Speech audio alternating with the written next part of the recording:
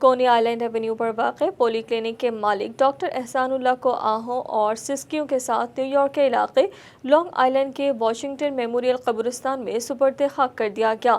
مرحوم 2 روز قبل heart attack کے باعث انتقال کر گئے تھے۔ پاکستانی امریکن کمیونٹی کی ہر دل عزیز شخصیت اور پولی کلینک کے مالک مرحوم ڈاکٹر احسان اللہ کی نماز جنازہ گزشتہ روز مکی مسجد میں ادا کی گئی۔ نماز جنازہ میں کمیونٹی کی کاروباری اور سماجی شخصیات نے کثیر تعداد میں شرکت کی۔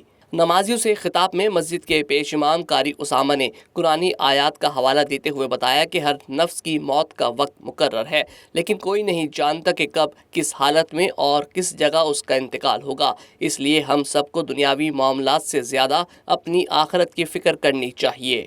موتو قبل ان تموت، موتو قبل ان تموت، یہ پرسوں بھی آ سکتے ہیں، کل بھی آ سکتے ہیں، شام کو بھی آ جائے، کس کو پتہ؟ ہاں، اللہ جل شانہ فرماتا وما تدری نفس ماذا تکسب غدا، کہ بندہ تجھے پتہ ہی نہیں ہے کل کے لیے تم کیا کمانا۔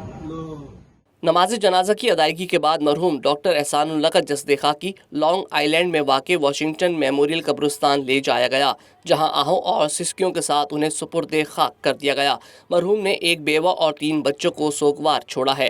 پاکستانی کمیونٹی نے ڈاکٹر احسان اللہ کی مغفرت اور بلندی درجات کے لیے دعا کی۔